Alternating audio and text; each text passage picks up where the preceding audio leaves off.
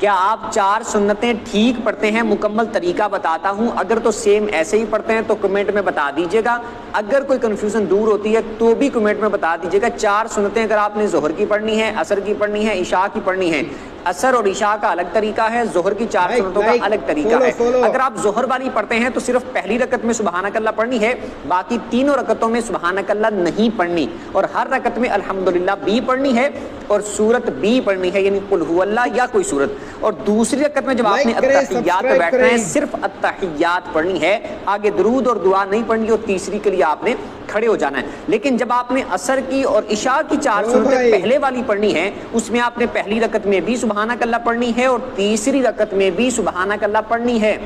اور چاروں رکعتوں کے اندر آپ نے الحمدللہ بھی پڑھنی ہے اور قل هو اللہ یا کوئی سورت بھی پڑھنی ہے، اور دوسری رکعت میں جب آپ نے التحیات پہ بیٹھنا ہے اس وقت التحیات پڑھنے کے بعد آپ نے درود بھی پڑھ لینا ہے اور دعا بھی پڑھ لینی ہے، اس کے بعد آپ نے تیسری رکعت کے لیے کھڑے ہونا ہے۔ تو یہ 4 سنتوں کا طریقہ ہے۔ اگر تو سیم آپ کو ایسے ہی پتا تھا اور آپ ایسے ہی پڑھتے ہیں تو بھی کمنٹ میں بتا دیجئے گا، اگر کسی کی کوئی غلطی تھی اور وہ ٹھیک ہوئی ہے اب پتہ چلا ہے تو بھی کمنٹ میں بتا دیجئے گا، اور ثواب کی نیت سے دوسروں کے ساتھ شیئر بھی کر دیجئے۔